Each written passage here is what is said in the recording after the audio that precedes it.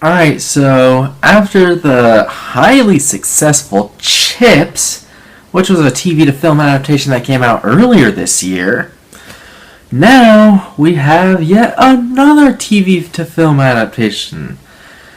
Chips didn't work. Does this one work? Maybe?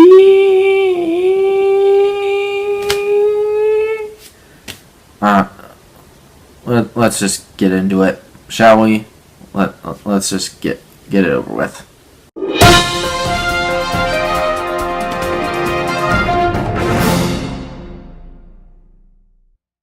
Baywatch. So Baywatch is another TV to film adaptation. This time it's directed by Seth Gordon and it stars Dwayne "The Rock" Johnson, Alexandra Daddario, Zac Efron, Kelly Rohrbach, John Bass. And basically what this movie is the Baywatch crew, led by Dwayne Johnson, discover drugs on a beach. And then later people start dying, and basically they had to figure out who's behind all this and who's behind all the drugs and all the deaths and all this other stuff going on. And then comedy ensues. Yeah. Let's talk about Baywatch. Oh my god. Well, if there's one person in this movie that I think is at least trying, it's Alexandra Daddario. I think she's a very underrated actress. She's been good in a lot of movies, even the Percy Jackson films, which I didn't like. She was at least trying in those movies. And I did laugh once, and that involves a scene when this cop character, he's basically like, what is this, some far-fetched television show? And I mean, Baywatch is kind of a far-fetched television show. I'm talking about the TV show, not the movie. The TV show itself is basically a far-fetched television show, so I was like, okay, that was good. That was good. But yeah, that's it. Oh my god, where do I begin with this one? Okay. First off, this movie's supposed to be a comedy, right? Well, then where's the freaking comedy? It's not there. This whole movie relies on, like, Big Johnson jokes. And no, I'm not talking about Dwayne Johnson. I'm talking about Johnson as in, like, you know, yeah, that. The thing that men have. I'm talking about that. It relies too much on those jokes.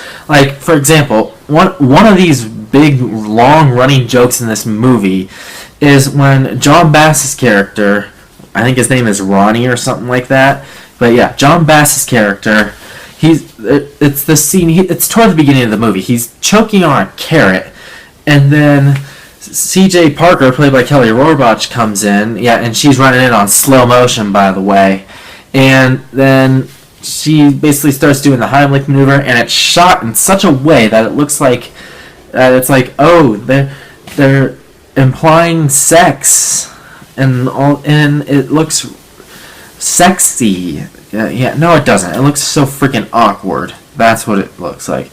But yeah, anyway, moving on with the scene, he basically, like, eventually he spits up the carrot, but then he looks down and he notices that his Johnson has elongated, and he's like, "Oh no, I can't let Kelly Rohrbach see this." So, what does he do? He falls on his face in front of him. Yeah, fat guy falling down joke. There's one of those, and then his big Johnson gets stuck in this, like, in between, like, these wooden planks. Like, it's not even pointing straight down at that point. It's pointing to the side.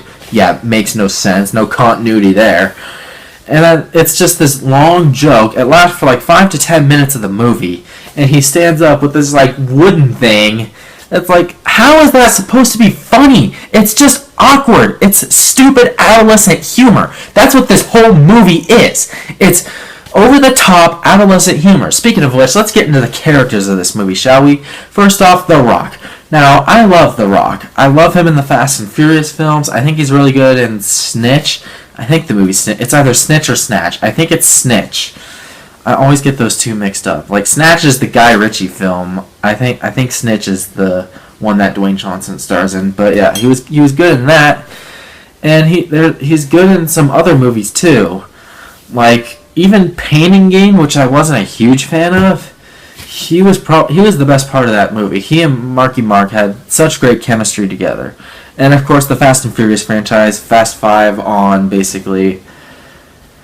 Yeah, you know. We all know how he does there. He's a good actor. He's a good action star. Not in this movie. He's just, oh my god, it's like he's not even trying at all in this movie. He really isn't. Oh yeah, and by the way, screw you, Rock, for that Twitter statement you made.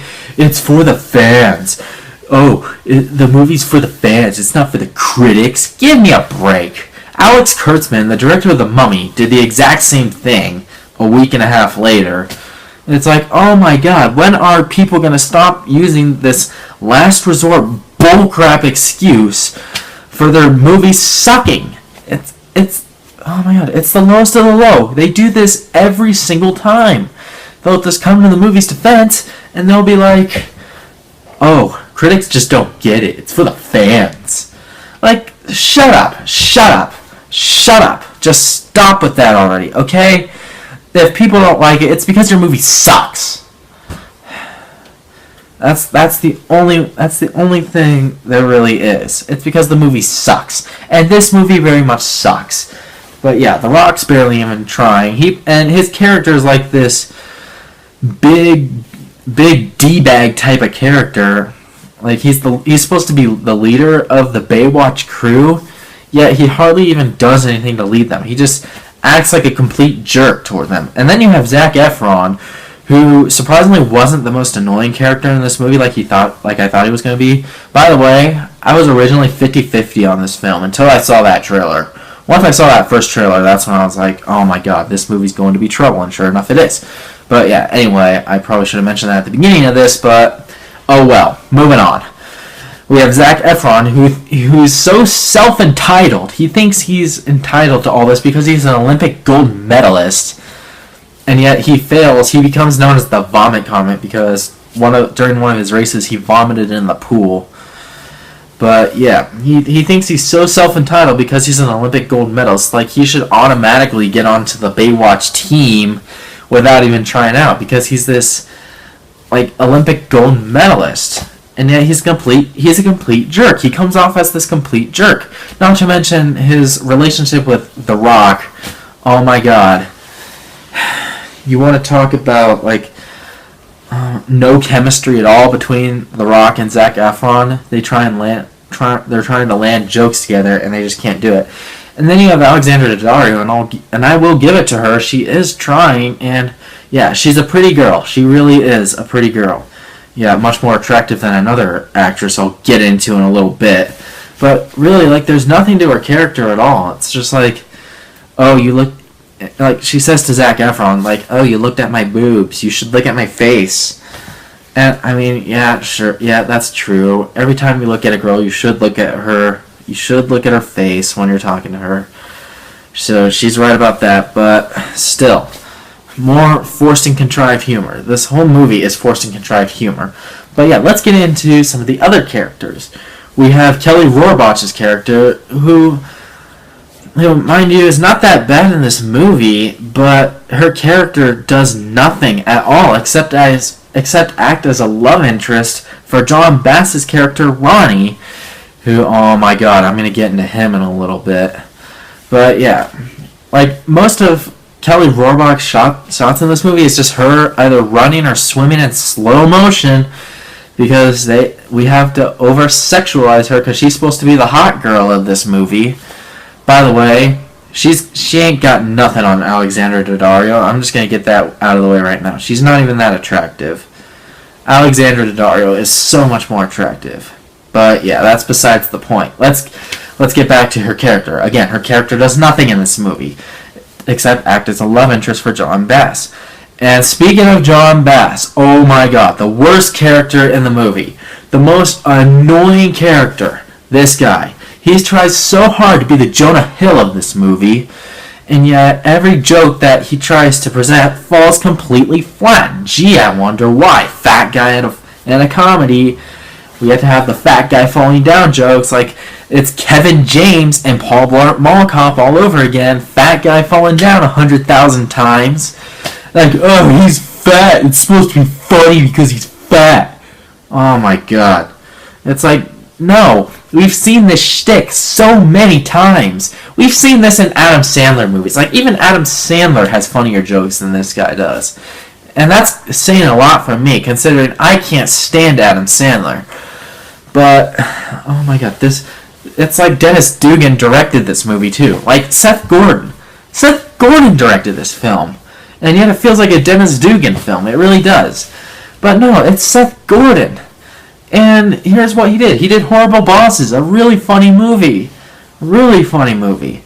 And then he did King of Kong, A Fistful of Quarters, which I've heard great things about. I haven't seen it, but I've heard great things about. And then, of course, he did Identity Thief, which was awful, but yeah. And then he has this movie. I mean, I haven't seen Four Christmases either. I heard that one was bad, but yeah. But that's besides the point. He did Identity Thief, and then he does this movie. It's like, Seth Gordon, dude, you're better than this. Like, who have you turned into? Dennis Dugan? Where you're just not even trying anymore? It's the same old crap that Dennis Dugan would do in his movies. It really is. And Adam Sandler would try, and like the same type of jokes that Adam Sandler would try to crack. Like just this adolescent, idiotic, unfunny humor. Speaking of which, John Bass's character, he has 2 scenes in this movie. One of them involves a shower where he's butt naked, and Kelly Rohrbach walks in, and they're having this conversation like, how is Kelly Rohrbach not running in the other direction? Like, a fat guy naked. Wouldn't that be the last thing you want to see? Makes no sense. No continuity at all in this movie. But no, she's just standing there having this awkward conversation with John Bass, and John Bass is in there just trying. He's like, "Oh, I didn't see you there." Like that type of humor in this movie. But yeah, there's one other scene I'm going to get to later, but let's talk about the villain of this movie. You want to talk about generic, over-the-top, nonsensical, non-motivational villain? This is your villain right here. Right here. Like, oh my, she's so over the top. And it's just so ridiculous, the character she plays. It's not even funny. It's nauseating at sometimes. Like, this villain is so bad. This just might be my worst villain of the year. I don't know. Like, she's definitely up there. And, oh my god, the CGI in this movie.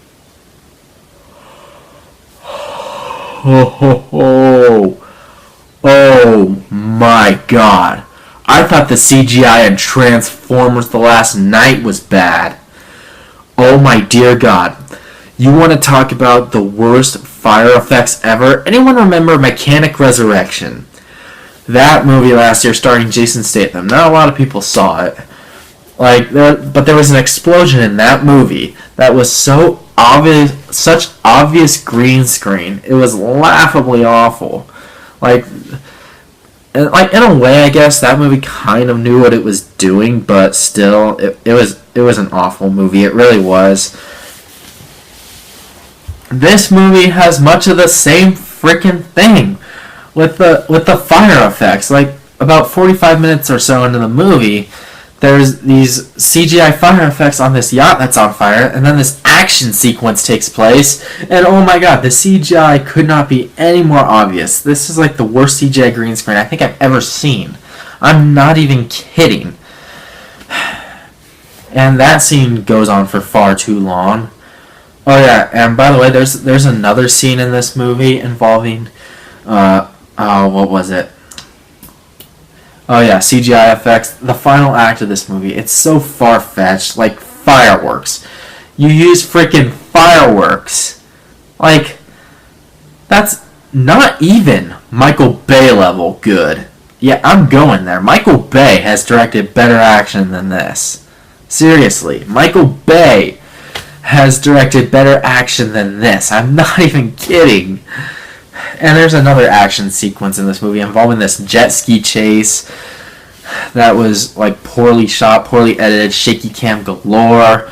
And then there's this other scene involving like a tracking shot of Zac Efron riding a motorcycle down a pier. Oh yeah, and the scene before that, he's not wearing a shirt, and then all of a sudden, the very next shot, he's wearing a shirt. Like, when did he put a shirt on? And by the way, he does like this swan dive thing into the ocean. That looks horrible. This movie has forced and contrived humor. No continuity whatsoever. And, oh my god, there's another scene. Like, arguably the worst scene in the movie. Actually, there's two that could be argued for the worst scene in the movie. I'll talk about this one first. The morgue scene. Oh my god, you have Zac Efron, Alexandra Daddario, and The Rock in this morgue. And then, like, they're examining this dead body, trying to look for evidence of drugs. And The Rock's like, I'll examine his upper body parts. And he tells Zac Efron to examine his lower body, you know, where his fake Johnson is, because we need more Johnson humor in this movie. As if there wasn't enough already. Seriously. And this scene goes on for far too long as well. And then you have Dwayne Johnson, like, he's taking a picture, and he's like, I'm going to post this on Instagram. It's like, dude, do you not have any common sense whatsoever? Do you not have any common sense at all? First of all, you're not even supposed to be in this morgue. And second, you're taking a picture of a male genital and you're going to post it on Instagram? Get out of here with that adolescent bullcrap. Seriously. Get out of here with that. I'm tired of these R-rated comedies doing the same shtick over and over again. Speaking of R-rated comedies, this movie's a ripoff of 21 Jump Street. Like, it tries so hard to be 21 Jump Street, yet it can't be as good as 21 Jump Street because it tries so hard to do the same thing, and it doesn't work. I mean, Phil Lord and Christopher Miller called. They did it better. My God. I mean, there's reasons why I love the Jump Street movies. It's because they're self-aware of what they're doing and what they're making fun of. Or look at an Edgar Wright film, like the Cornetto trilogy. Those movies have their own type of humor that's unique to those movies. This movie is just the same old bullcrap you see in all these other R-rated movies. But now I have to get into the worst scene of the movie. And oh my god, I seriously almost walked out at this scene. It takes place at a party. And it involves John Bass's character dancing around like a moron. And then Kelly Rohrbach is like enamored by this. It's like, oh my god, he's dancing around like an idiot. Like a freaking idiot. And this scene lasts for like 2 or 3 minutes. I almost walked out at this scene. I seriously did. And Kelly Rohrbach actually falls for this. Like, how stupid are you? Stupid, incompetent girl. Hot girl chick that... Oh my god. She plays the dumb blonde in this movie. That's all she does. But, yeah. That's really what this is. That's really what this scene is. It's so forced and contrived, it's not even funny. And again, the final act is so preposterous. And yeah, talk about the forced and contrived romance between both Kelly Rohrbach and John Bass and Zac Efron and Alexandra Daddario. They try and force this romance on us. And again, and there's also, knowing that it's a TV movie, it just has to have a cameo, doesn't it?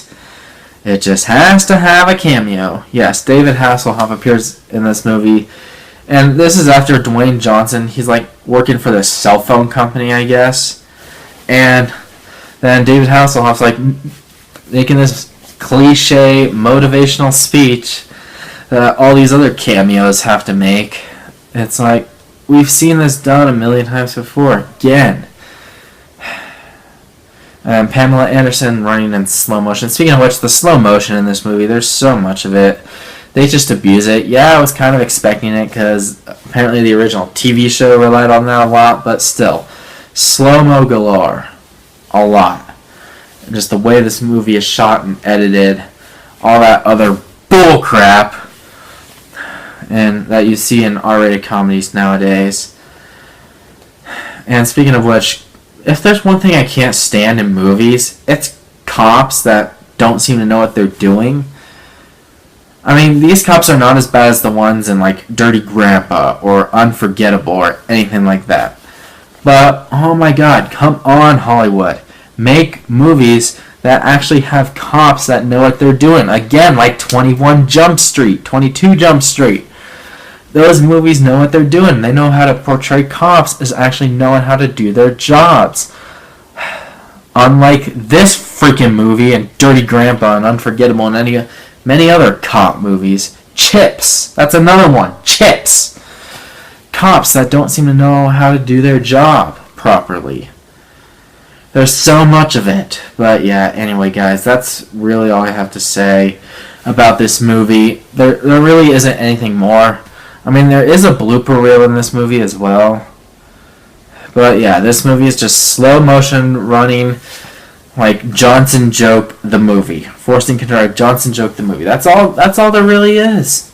That's all there is. A bunch of annoying characters that you don't care about, that have no development to them whatsoever. A bunch of hot girls in this movie that do nothing but play the role of hot girls for guys like John Bass and Zac Efron.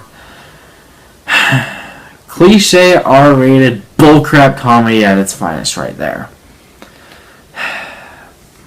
That's what it boils down to. This movie is cliche bullcrap R-rated crazy Johnson Joke the movie. That's what it is.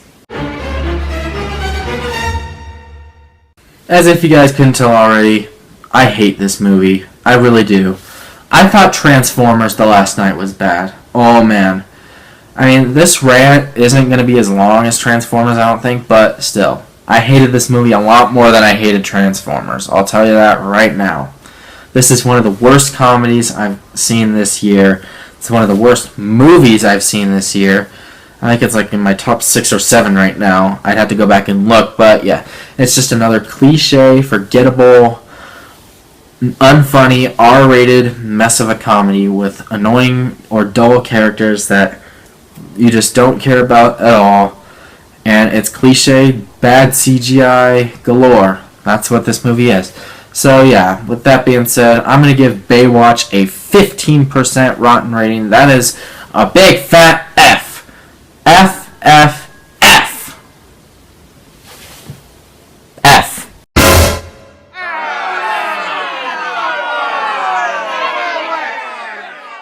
Alright guys, so what did you think about Baywatch? Make sure to let me know down in the comments below what you thought of it, or what's your favorite TV to film adaptation. I mean, mine is obviously 21 and 22 Jump Street. I also thought Entourage was good. I think that movie's very underrated.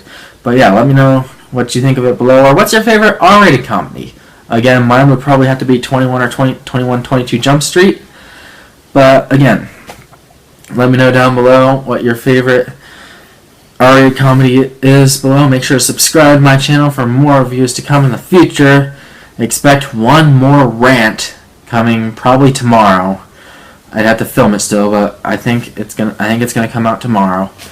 And I have a few other reviews coming out later. I've got a surprise review that I think you guys will enjoy, along with reviews of Baby Driver and maybe Despicable Me 3. I don't know yet, but yeah, until then, until next time, my name is the California Cougar, and always remember to stay California cool. Peace.